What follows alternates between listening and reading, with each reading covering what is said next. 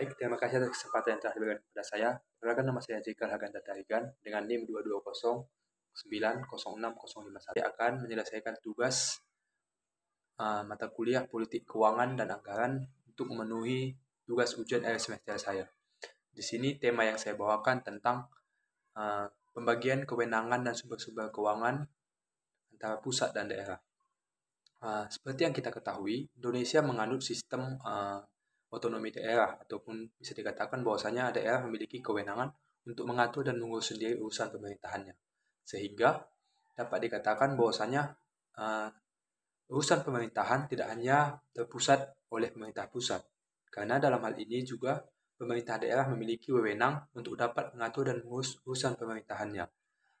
Di samping asas otonomi daerah tersebut ada asas, yakni asas desentralisasi, di mana asas desentralisasi ini yakni pelimpahan wewenang yang diberikan oleh pemerintah pusat kepada pemerintah daerah untuk dapat melakukan suatu pembangunan, contohnya dalam mewujudkan suatu pembangunan yang lebih baik.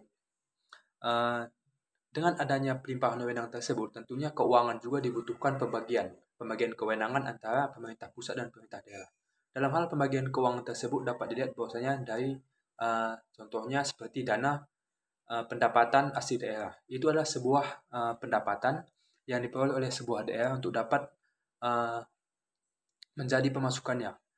Asal dari ataupun pendapatan asli daerah tersebut dapat berasal dari pajak, retribusi daerah, dan juga kekayaan daerah. Pajak tersebut dapat meliputi pajak bumi dan bangunan, pajak kendaraan, dan lain sebagainya. Hal ini juga jumlah dari pendapatan ini tentunya berbeda-beda antara daerah A dengan B, karena memiliki kondisi yang dapat dikatakan berbeda juga. Lalu selanjutnya itu ada dana alokasi umum, di mana dana alokasi umum ini adalah sebuah dana yang ditransfer oleh pemerintah pusat. Biasanya nominal dana tersebut juga memiliki angka yang bervariasi tergantung wilayah ataupun daerah yang ada. Dengan melihat komponen-komponen serta potensi-potensi yang ada di daerahnya. Dana alokasi umum ini juga biasanya ditransfer itu pada periode 1 tahun sekali.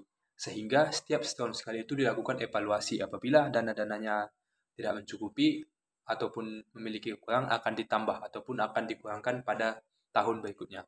Lalu selanjutnya itu ada pun dana alokasi khusus. Dana alokasi khusus ini tentunya sebuah dana yang dialokasikan oleh pemerintah pusat kepada pemerintah daerah untuk melaksanakan sebuah pembangunan yang khusus direncanakan oleh pemerintah pusat untuk dilakukan oleh pemerintah daerah. Dalam hal ini tentunya dibutuhkan kerjasama antara pemerintah pusat dan pemerintah daerah untuk dapat mengelola dana tersebut, sehingga tujuan dari pembangunan tersebut dapat terlaksana dengan baik.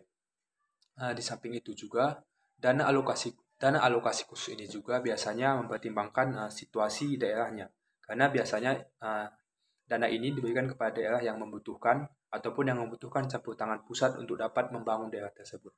Dengan adanya pembagian kewenangan ataupun bagian sumber keuangan tersebut, maka tentunya setiap daerah memiliki kesempatan untuk dapat mengelola daerahnya masing-masing. Di samping itu juga pemerintah pusat juga memiliki peran penting dalam hal kemajuan daerah, karena adanya dana alokasi khusus tersebut.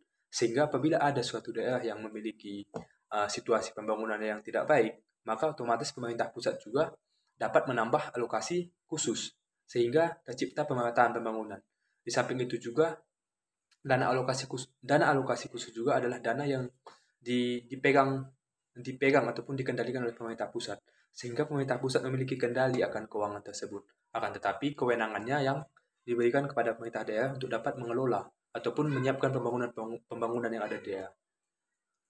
Dengan adanya pembagian tersebut, maka tentunya akan tercipta pemerataan pembangunan yang masif, sehingga perlahan pembangunan yang ada juga akan menciptakan pemerataan. Demikianlah yang dapat saya sampaikan terkait dengan tema yang saya ambil, yakni pembagian kewenangan dan sumber-sumber keuangan daerah dan pusat. Inilah yang dapat saya sampaikan seputaran tentang pembagian kewenangan dan sumber-sumber keuangan. Apabila ada kesalahan, saya mohon maaf. Sekian dan terima kasih.